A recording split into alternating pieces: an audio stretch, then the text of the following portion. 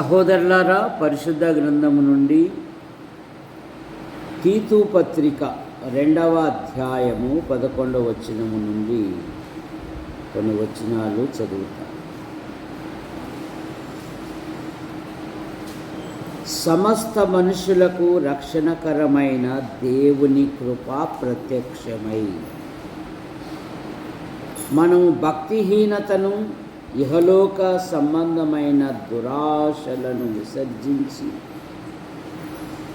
శుభప్రదమైన నిరీక్షణ నిమిత్తము అనగా మహాదేవుడును మన రక్షకుడైన యేసుక్రీస్తు యొక్క మహిమ యొక్క ప్రత్యక్షత కొరకు ఎదురు చూచుచు ఈ లోకములో స్వస్థతా బుద్ధితోనూ నీతితోనూ భక్తితోనూ బ్రతుకుచుండవలనని మనకు బోధించుచున్నది.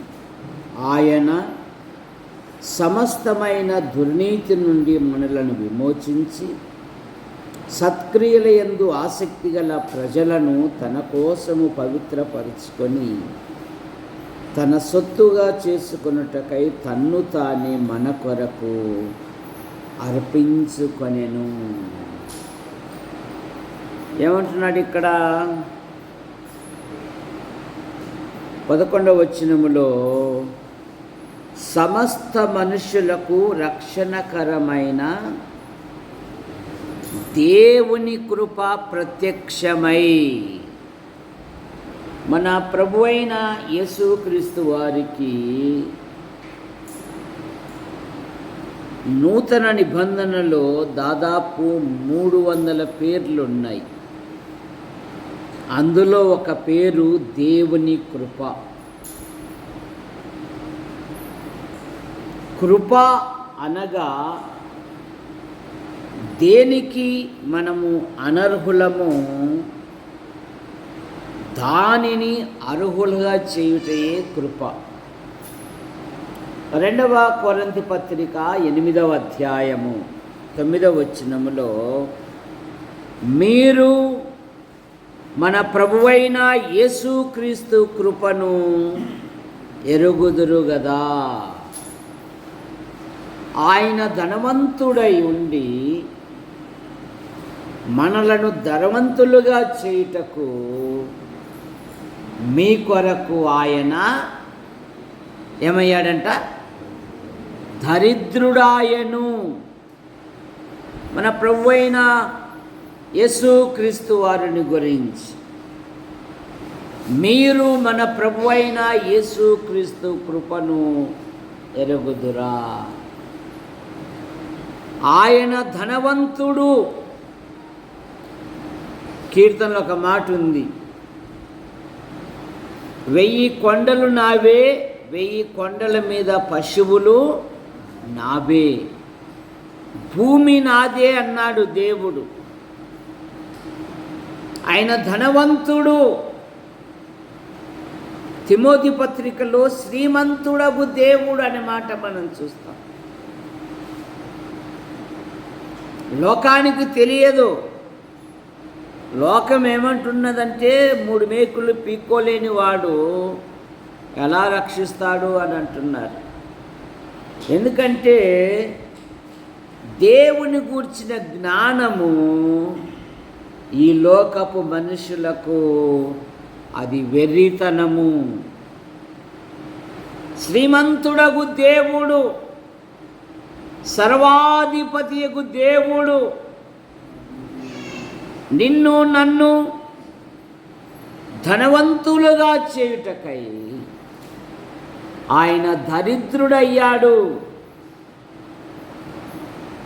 సమస్త ప్రజలను రక్షించుటకై ఆయన ప్రత్యక్షమైన దేవుడు. పరలోకము నుండి సూచనలు ఇచ్చి రక్షించిన వాడు కాదు. తన ప్రజలను ఆయన విమోచించుటకు దిగి వచ్చిన దేవుడు. అందుకే తీతు ఫిలిప్పు పత్రికలో మనం మాట చదువుతాం కదా, 2వ అధ్యాయము, ఫిలిప్పీలకు రాసిన పత్రిక 2వ అధ్యాయము ఏమని చదువుతాము? 5వ వచనము నుండి, క్రీస్తు యేసున కలిగిన ఈ మనస్సును మీరును కలిగి ఉండుడి. ఆయన దేవుని స్వరూపము కలిగిన వాడై ఉండి దేవునితో సమానముగా ఉండుట విడిచిపెట్టకూడని భాగ్యమని ఎంచుకొనలేదు కానీ మనుషుల పోలికగా పుట్టి దాసుని స్వరూపమును ధరించి తను తానే రిక్తునిగా చేసుకొని ఆయన ఆకారమందు మనుష్యుడుగా కనబడి మరణము పొందునంతగా విధేయత చూపినవాడు. అంతంట శిలువ మరణము పొందునంతగా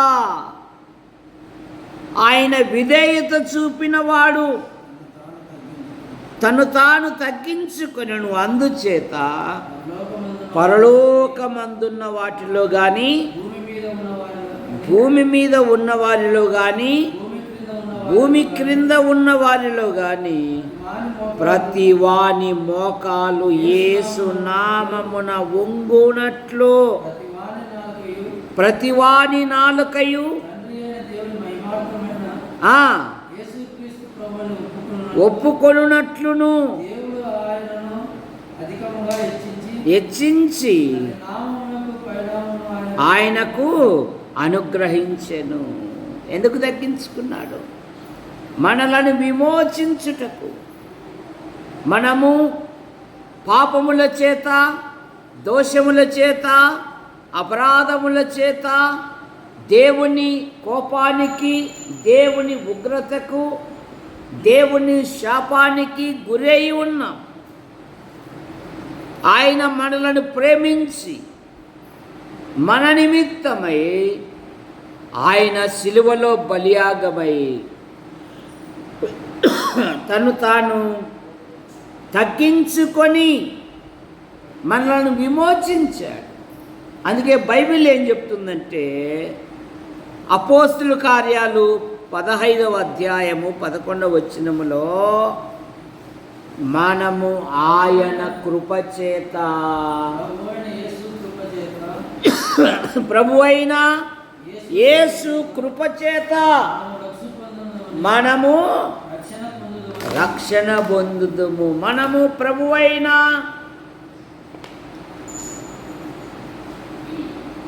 యేసు కృపచేత మనము రక్షణ పొంది ఉన్నాం.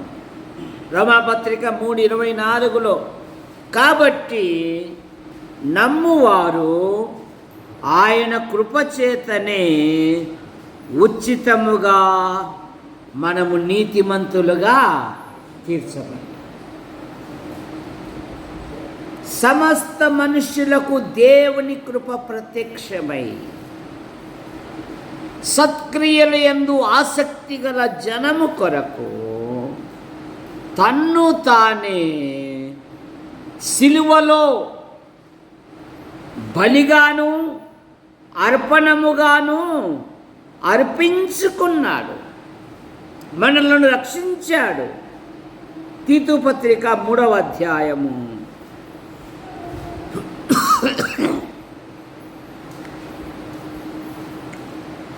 6-7 వచనాలు.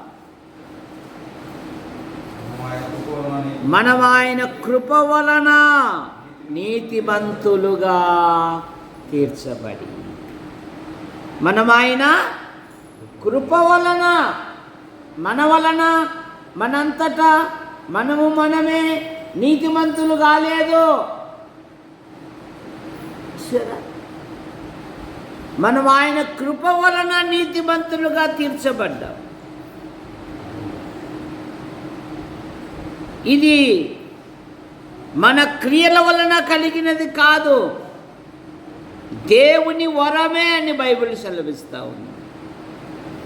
కనుక సమస్త మనుషులకు ప్రత్యక్షమైన దేవుని కృప. అందుకే పౌలు గారు అంటారు, నేను నా ప్రభువైన యేసుక్రీస్తుకు నేను కృతజ్ఞుడనై ఉన్నాను. ఎందుకో తెలుసా? పూర్వము నేను దూషకుడను, హింసకుడను, హానికరుడను. 1 తిమోతి పత్రిక 1వ అధ్యాయము 12-13 వచనాలు.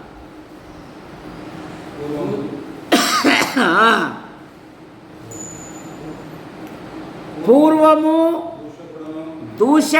హింసకుడను, హానికరుడైన నన్ను తన పరిచర్యకు నియమించి నమ్మకమైన వానిగా ఎంచినందుకు నన్ను బలపరచిన మన ప్రభువైన యేసుక్రీస్తుకు నేను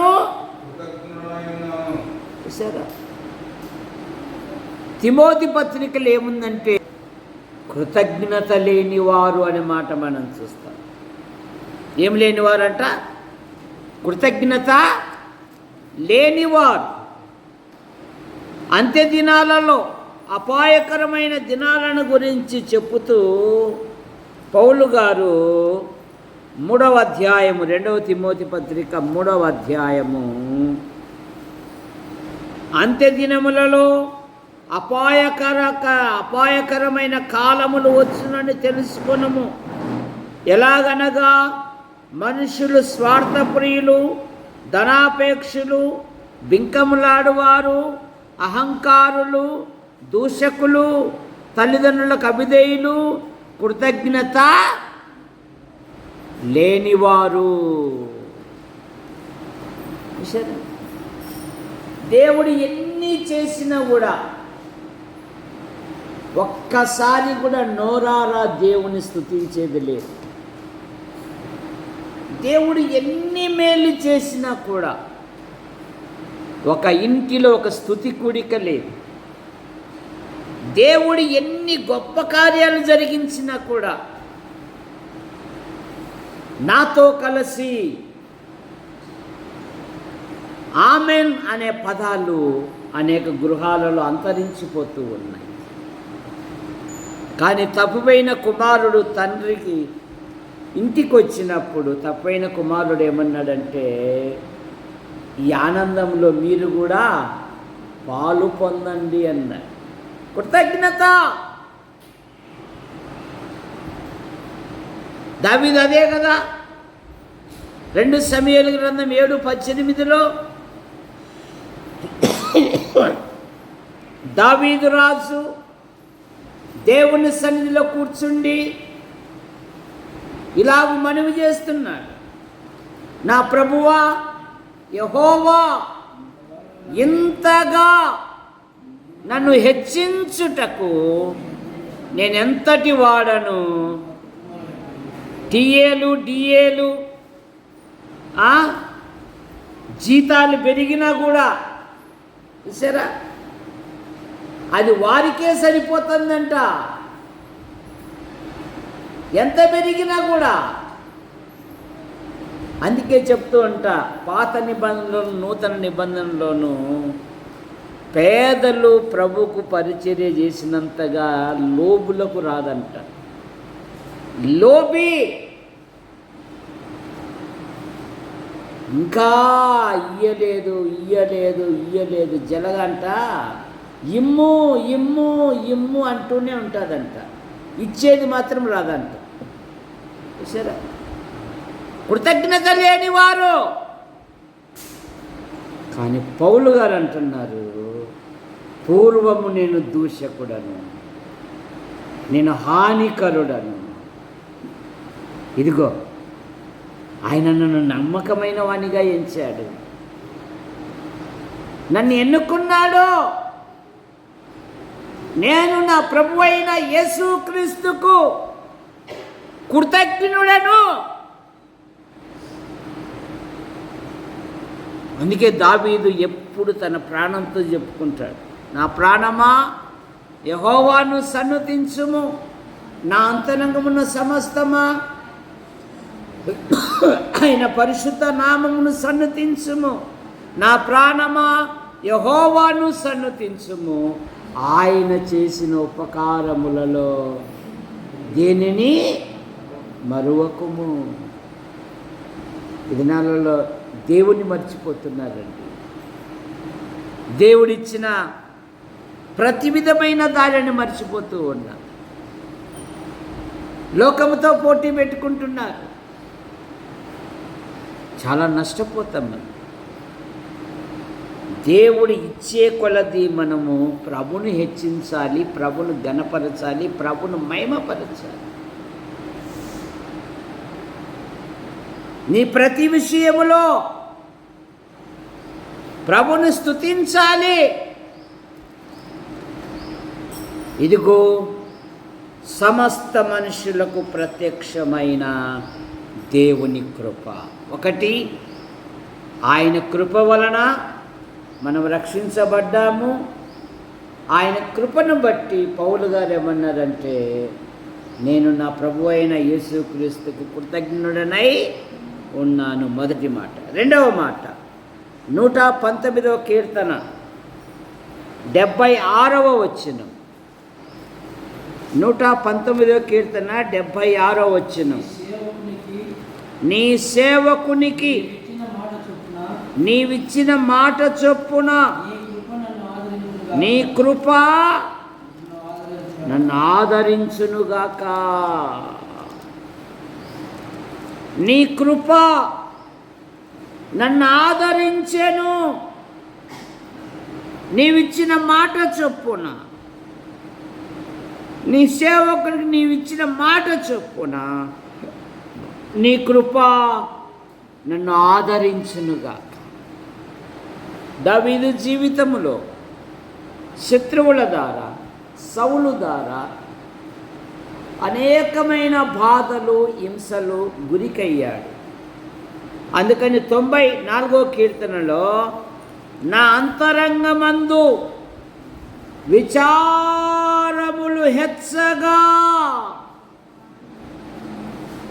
94వ కీర్తన 19వ వచనం, నా అంతరంగమందు విచారములు హెచ్చగా నీ గొప్ప ఆదరణ నాకు నెమ్మది కలగజేయుచున్నది. 18వ వచనం, నా కాలు జారనని నేననుకొనగా యెహోవా నీ కృప నన్ను బలపరుచుచున్నదయ్యా. లోకమంతా వీడెప్పుడు చస్తాడు, వీడికి ఇంకా సాగు రాలేదే, వీనమ్మ వీనాయన పోయినాడు, వీళ్ళ అన్నగారులు కూడా పోయారే, వీడొక్కడున్నాడే, వీడు ఎప్పుడు చచ్చిపోవునా అని కోరుకుంటున్నారంట.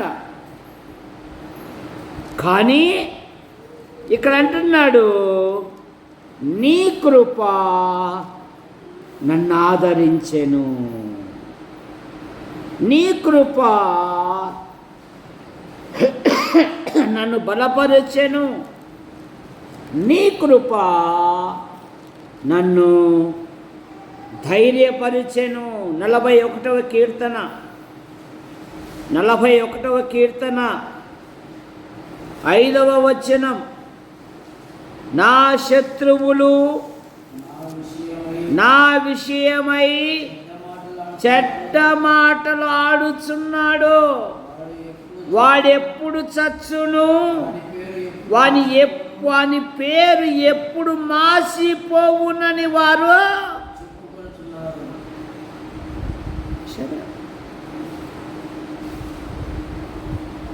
ధనంగాడుగా బతికున్నాడా? ఇదేందిరా, వాళ్ళ అమ్మ వాళ్ళ నాయన పోయినారు కదా, వరుసల ప్రకారం వాళ్ళ అన్నలు కూడా పోయినారు కదా, ఇంక వీడెప్పుడు ఇంకా బతికుండావా నువ్వు? మా గురువు గారికి ఎప్పుడు ఫోన్ చేసినా కూడా నువ్వు ఇంకా బతికుండావా అనేవాడిని. నన్ను బతికుంటేనే కదా అంకుల్ నేను ఫోన్ చేసేది అనేవాడిని. ఆయన బలిసిపాడు దొడ్డి జయరాజు గారు. అరే మా శిష్యుడు ఫోన్ చేసినాడని సంతోషం లేదు, నువ్వు బతికున్నావా అంటున్నాడు. అంటే నువ్వు పోలేదా? నా కాళ్ళ గతులు ఆయన వశములో ఉన్నాయి. దానియేలు గ్రంథములో చూడండి, దానియేలు అంటున్నాడు 5వ అధ్యాయము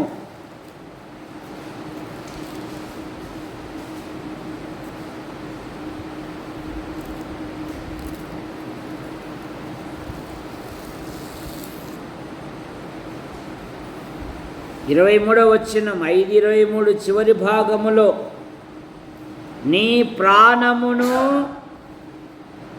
నీ సకల మార్గములను ఏ దేవుని వశములో ఉన్నవో,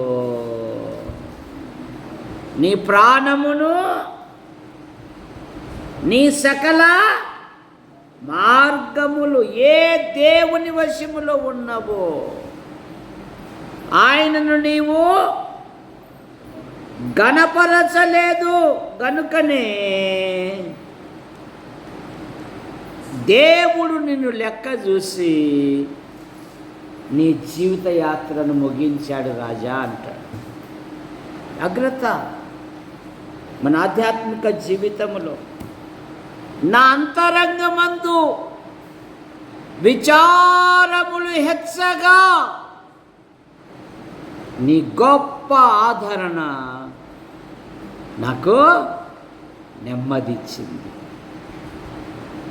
నా కాలు జారననుకొనగా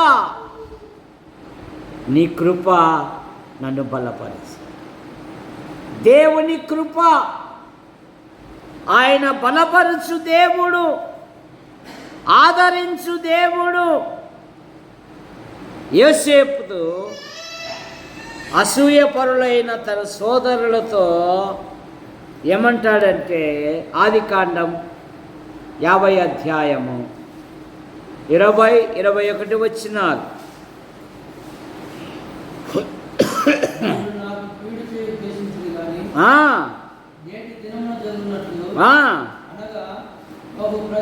బహు ప్రజలను బ్రతికించునట్లు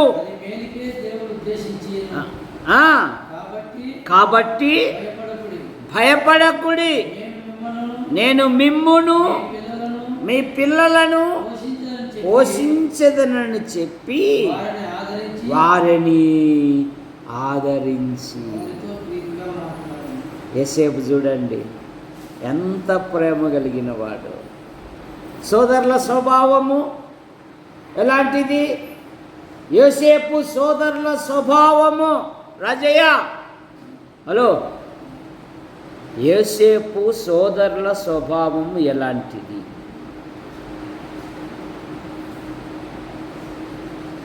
ఆ నుండి ఇటు వరకు రాలే ఆ మాట. అసూయబడివి, మరింత అసూయబడివి, పగబట్టిరి, ఐగుప్తునకు అమ్మివేసిరి, ఒక సొక్కాకు రంగు పూసుకొని వచ్చి, రే యోసేపుని పంపాను కదా, యోసేపా ఏరా సిమోను నువ్వు చూసావా, ఒరే రూబేను నువ్వు చూసావా, ఏమోరా, అరే ఆడేంద్రా సొక్కా పట్టుకొని వస్తున్నాడు, ఏమో డాడీ ఇది ఆ రేగు చెట్టుకు తగులుకొని ఉండా, అయినా సొక్కాకు రంగేంద్రా, రంగు కాదు డాడీ ఇది రక్తము,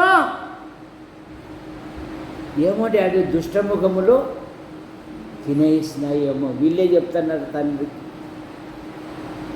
వీళ్ళే ఏం చెప్తున్నారు, దుష్టముఖములు తినేసాయి. చివర్లు అంటున్నాడు, మీరు ఏమంటున్నాడు 20వ వచనంలో, నాకు కీడు చేయ ఉద్దేశించి. ఆ కీడు చేసిన యోసేపు సోదరులు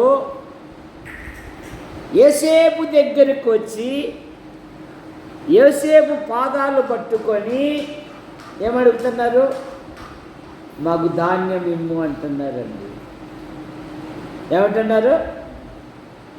ఆ పగబట్టిన వాళ్ళు, అసూయపరులు, వాళ్ళు అక్కడే ఉన్నారు.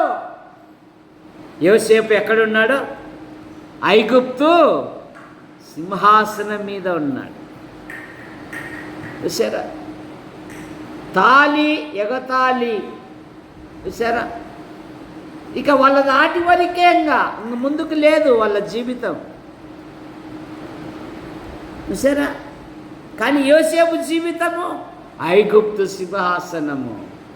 చివరిలో కూడా వారితో ప్రీతిగా మాట్లాడి వారిని ఆదరించాడు. మీరు నాకు కీడు చేయ ఉద్దేశించారు, దేవుడైతే అది మేలుకే.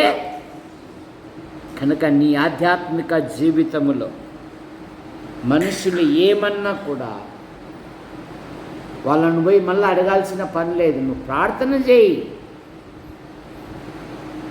నేనే చెప్తాంటే కదా, ధనమన్నా నిన్ను వాడు తిడుతున్నాడు బజార్లో అంటే, ఏరా నన్ను ఎందుకు తిడుతున్నా? వాడిని పని కట్టుకొని పోవాల్సిన పనిలే.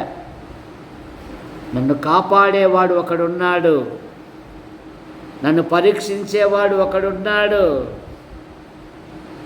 ఆయన చూసుకుంటాడు. ఆయనే అన్నాడు కదా, పగ తీర్చుట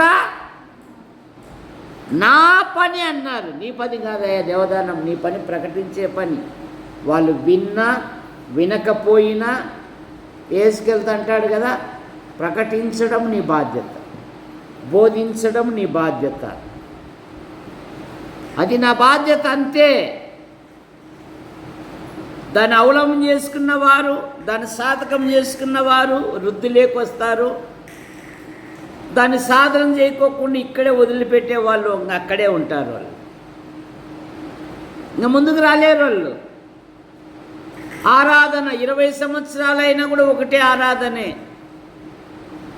20 సంవత్సరాలైనా 2 నిమిషాల ప్రార్థనే, 20 సంవత్సరాలైనా ఒక ప్రసంగమే, ఇంకో ప్రసంగానికి మళ్ళీ రాదు. శరీరం సహకరించదు. ఎందుకు? నువ్వు లోకంలోనే గడుపుతూ ఉన్నావు. ప్రభు దగ్గర గడిపితే కదా, ప్రభు సన్నిధిలో ఉంటే కదా,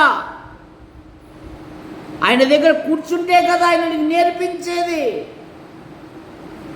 నా కాడి ఎత్తుకొని నా యొద్ద నీకొక్కడికేనా పనులు? బైబిల్లో ఉన్న వాళ్ళందరికీ పనులు లేవా? నోవా మరి హానుకుని గురించి ఏం చదువుతాము? కుమారులను కుమార్తెలను కనుచు దేవునితో అబ్బాబ్బాబ్బాబ్బా ఎక్కలూరు పోయి వచ్చే కళ్ళే కాళ్ళ నొప్పులు, ఏమి నొప్పులు? డ్యూటీ పోయి వచ్చే కళ్ళే. పోనీ 1 కిలోమీటర్ ఉందా, 4 అడుగులు వేస్తే ఇంట్లోకి, 4 అడుగులు వేస్తే మందిరంలోకి. బుధవారం రాదు, శనివారం రాదు, ఆదివారం ఆరాధికురాలుగా వస్తున్నారు. ఎక్కడండి ఆత్మీయ స్థితి? ఇదేనా నీకు నేర్పిండేది?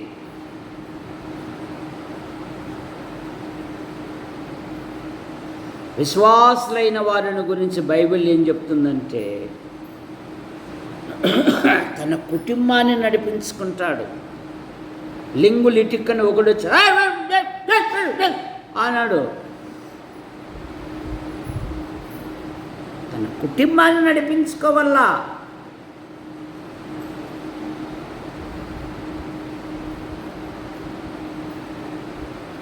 భక్తులేమన్నారు? శ్వేత, యెహోషువ భక్తుడు ఏమని తీర్మానం చేసుకున్నాడు చెప్పుమా? ఏం చేసుకున్నాడు తీర్మానం? ఏమన్నాడు? నేనును ఆహాహా బుధవారం రా మా ఇంటి వాళ్ళం, శనివారం రా మా ఇంటి వాళ్ళం, ఆదివారం నేనును నా ఇంటి వాళ్ళం.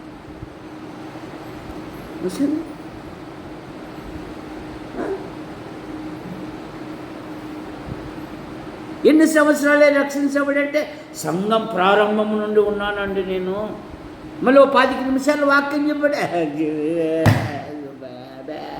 అదేదో రాసి పెట్టా నా చిట్టా, అది సెదలు పట్టింటాదో తిప్పు పట్టింటాదో, ఇంతవరకు ఆ పోతురాయి బయటికే తీలేకుంటున్నాడు.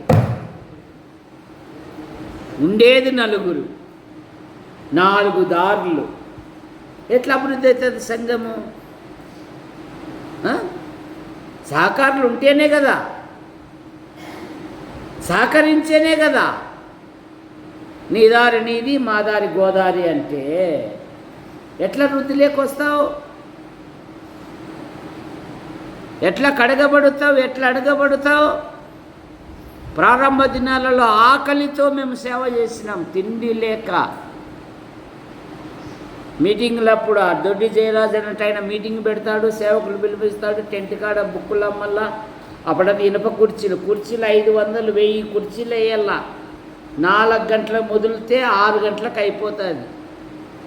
మళ్ళీ మీటింగ్ అయిపోతేనే కుర్చీలన్నీ మడత పెట్టాలా. ఇదిగో ఈ 10 రూపాయలు తీసుకున్నాడేమో, నాన్నరొట్టె తిని పండుకొని అంటాడు. ఆయనేమో సేవకులతో పోయి పంచ బర్బాన్నాలు తిని ఉంటాడు. మాకు స్నానాలే నీళ్ళులే. కానీ మేము తిరగబడలేదు, మేము నేర్చుకున్నాం, ఒక ట్రైనింగ్లో ఉన్నాం. ఇలాంటివి ఏమీ లేకుండా నేను వృద్ధిలోకి వస్తావంటే జాంతానయ్య అంటాడు దేవుడు. నువ్వు నా కొరకు ఏం చేసినావయ్యా? నేను నీ కొరకు ఆకాశమే దిగి వచ్చాను. నేను నీ కొరకు దూషణ మాటలు భరించాను, నిన్ను రక్షించడానికి, నిన్ను కొన్నాడడానికి నా ప్రాణమే పణంగా పెట్టాను కదయ్యా. మరి నా కొరకు నువ్వేం చేసావు? దేవుని కృప చాలా విలువైనది. నా అంతరంగమందు విచారములు హెచ్చగా నీ గొప్ప ఆదరణ నాకు నెమ్మదిచ్చి, నా కాలు జారనని అనుకొనగా నీ కృప నన్ను బలపరిచెను.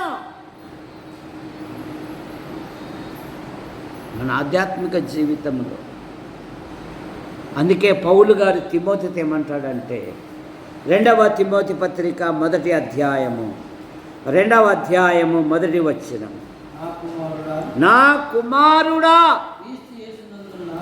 క్రీస్తు యేసునందున్న కృప చేత నీవు బలవంతుడవు కమ్మో.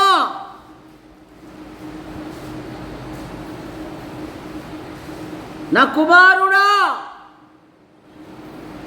ఓ తిమోతి, ఓ యవన పిల్లలారా, క్రీస్తు యేసునందున్న కృప చేత నువ్వు బలవంతుడు కమ్ము.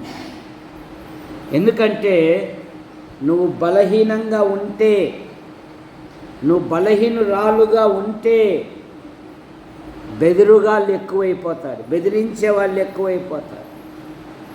2 సమూయేలు గ్రంథం 17వ అధ్యాయము 1వ వచనము, దావీదు మిక్కిలి అలసట నుండి బలహీనంగా ఉన్నాడు, నేను అతని మీద పడి అతని బెదిరించిన ఎడలా. చూసారే బెదిరుగాళ్ళు, ఎవరిల్లో బెదిరుగాళ్ళు, బెదిరించేవాళ్ళు. నీ ఆధ్యాత్మిక జీవితంలో విశ్వాసి ఎప్పుడు బలముతో ఉండాలి. నువ్వు బలహీనంగా ఉంటే సాతానుడు దాడి చేస్తాడు. అందుకే ఆది అపోస్తలులు ఏమని ప్రార్థన చేశారు? ఈ సమయమందు వారి బెదిరింపులు చూసి, ప్రభువా నీ సేవకునికి నీవు సిద్ధపరిచిన వాక్యం ప్రకటించినట్లుగా వారు ప్రార్థించారు. అపోస్తలుల కార్యములు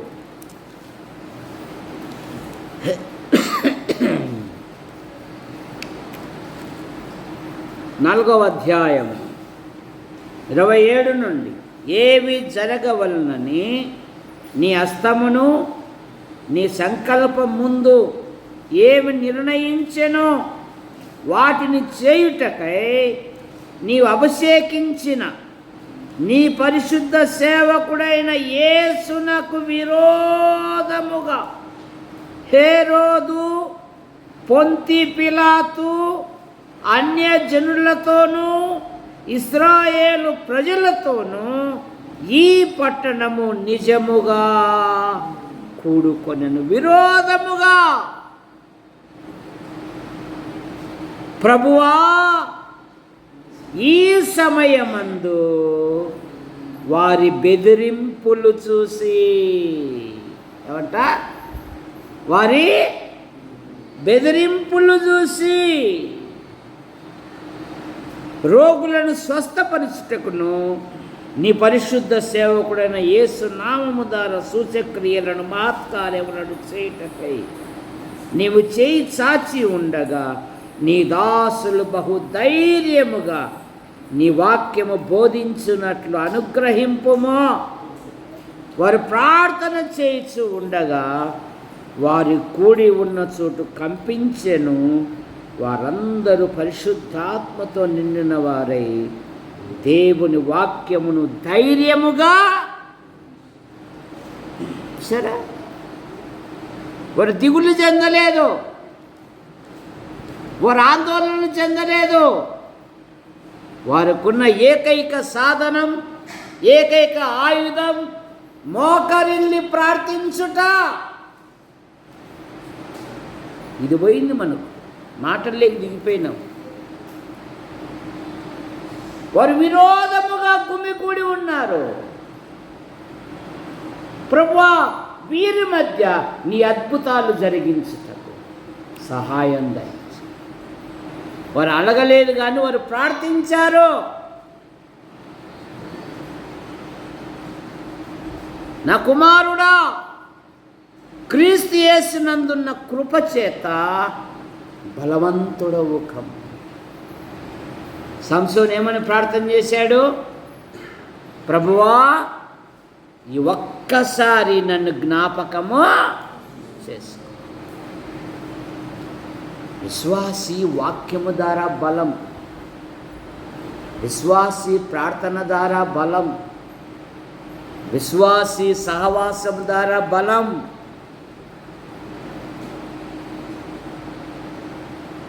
మన ఆధ్యాత్మిక జీవితము నువ్వు బలవంతుడవు కమ్ము. మొదటి దినవృత్తాంతములు 16వ అధ్యాయం 27వ వచనం. 16వ అధ్యాయము 27వ వచనం. ఘనత ప్రభావములు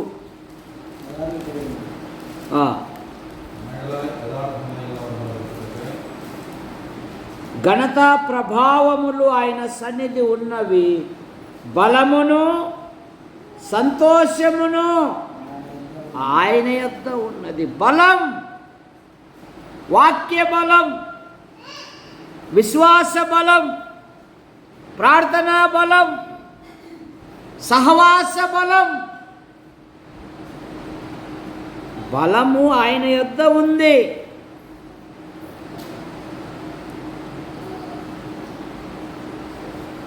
యేసుక్రీస్తు కృపచేత నీవు బలవంతుడవు కమ్ము.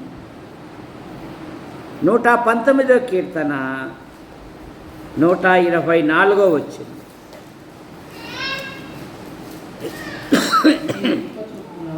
నీ కృప చొప్పున నీ సేవకునికి మేలు చేయుము. నీ కృప చొప్పున దేవా నీ సేవకునికి మేలు చేయుము. నీ సేవకునికి మేలు చేయి. దావీదు కూడా అన్నాడు కదా, వాడు పలికిన శాపమునకు బదులుగా దేవుడు నాకు మేలు చేయునేమో. నాకు మేలు చేయి. రోమపత్రిక 8:32 దేవుని ప్రేమించు వారికి అయినగా ఆయన సంకల్పం చొప్పున పిలువబడిన వారికి సమస్తమును సమకూడి మేలు కలుగుటకై జరుగుచున్నది. 90 కీర్తన 14వ వచనం. 90 కీర్తన 14.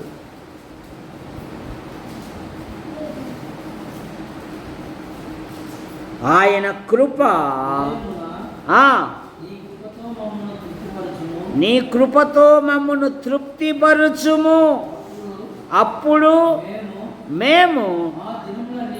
మేము లెక్కించెదము. నీ కృపతో ఆయన తృప్తిపరచు దేవుడు.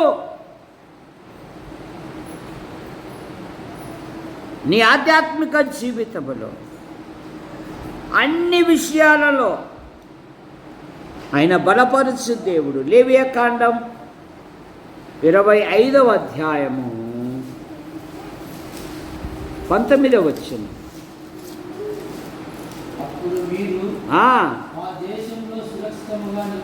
ఆ దేశములో సురక్షితముగా నివసించెదరు, ఆ భూమి ఫలించును, మీరు తృప్తిగా భుజించి.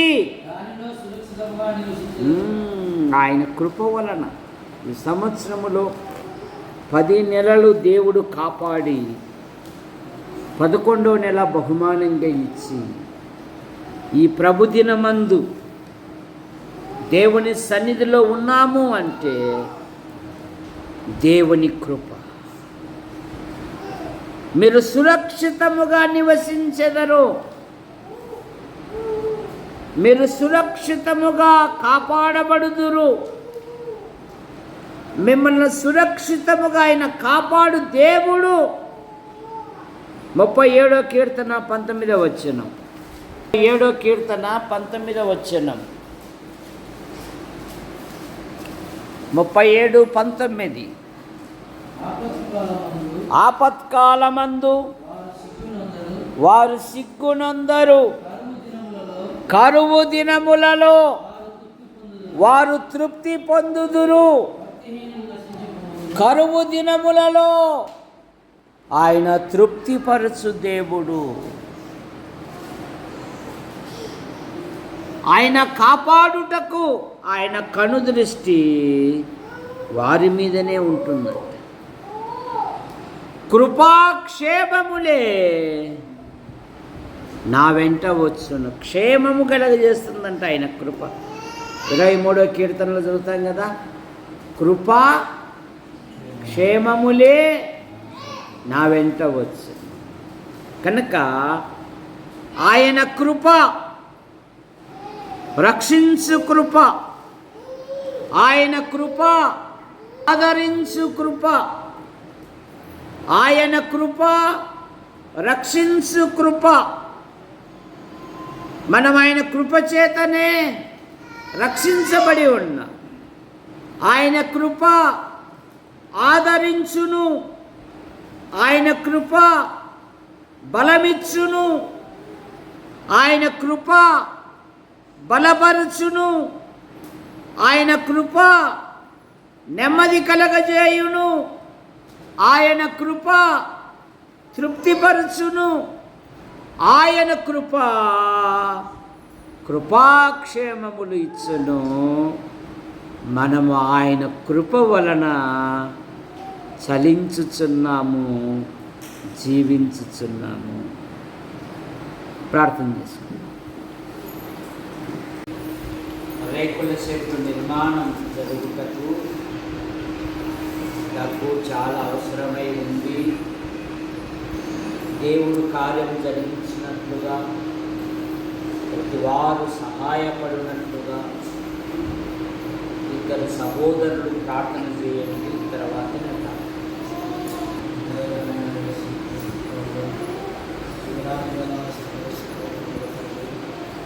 గత నెలలన్నీ మీరు కాచి కాపాడి నీకు ప్రభుత్వాన్ని సిద్ధపడుతున్నారని బట్టి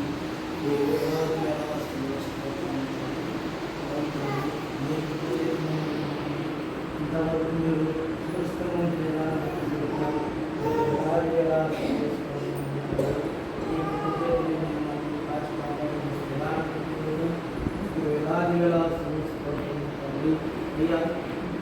ప్రవృత్తి నాన్న మమ్మల్ని అందరినీ సిద్ధపరిచిన విధానం బట్టి కూడా మీరు వేలాది సహాయం చేయించిన రేపుల చెట్టు విషయంలో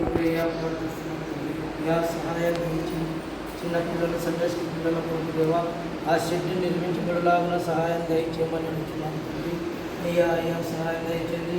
ఎంతో డబ్బుతో కూడిన పని కనుక దేవా అందరూ సకాలం బట్టి కూడా సహాయం దయచేయమని అంటున్నాను తండ్రి. ఆ రేపుల షెడ్డు నిర్మించబడి దేవా నేను తుదిటకు నేను గణపరచడం మాకు సహాయం దయచేయమని కూడా అడుగుతున్నాను తండ్రి. అయ్యా దానికి కావాల్సిన సమస్తము మీరు సమకూర్చమని మా ప్రభు మా రక్షకుడు యేసుక్రీస్తు నామమున అడిగి ప్రార్థిస్తున్నాం తండ్రి. ఆమేన్.